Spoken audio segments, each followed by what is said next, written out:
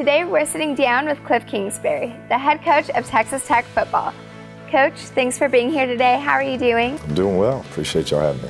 Of course. Thanks again for being here with us. So first of all, what are some of the qualities that you saw your players develop in this previous offseason? I think it's been a hungry group. I watched the way they reacted through the offseason after dealing with a disappointing season, and they've pushed it. It's the hardest I've seen a team work since I've been here, and they're hungry, so that's exciting as a coaching staff. How are you making sure your players are coming back more disciplined in order to be more successful this season? Yeah, we've tried to hold everybody a little more accountable on little things on and off the field, and I think having Coach Gibbs on the defense side of the ball will help.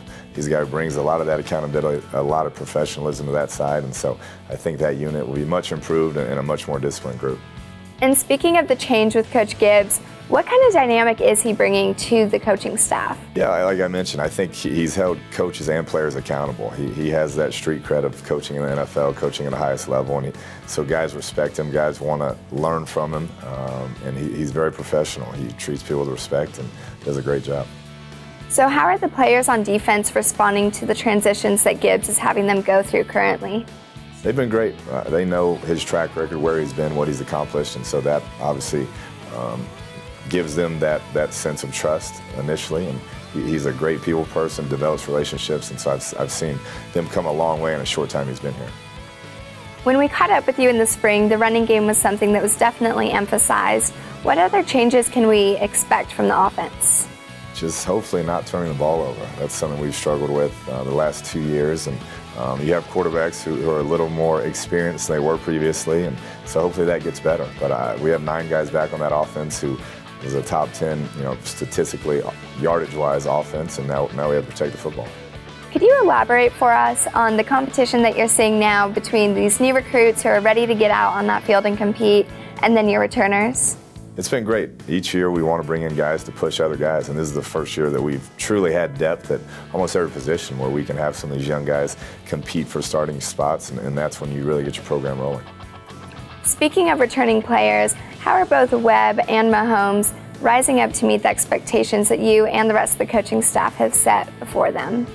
They've had great offseasons. They both know that each guy is really talented, each guy can get the job done, and so it's the little things that are going to separate each one, and they know that and have worked their tails off season and excited to watch. Who are you anticipating to step up into some leadership roles? Jared Castor is a senior. This will be his 3rd year starting, and I've been impressed with him through the offseason, how he's handled himself, how he's carried himself.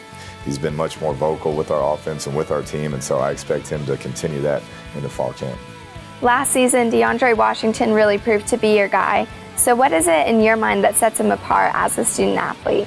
Work ethic, I think, first and foremost. He had a knee injury early in his career and has worked his butt off through that to get back and be at the form he is. And then, Justin Stockton, Quinn White, young guys like that pushing him always helps the competition.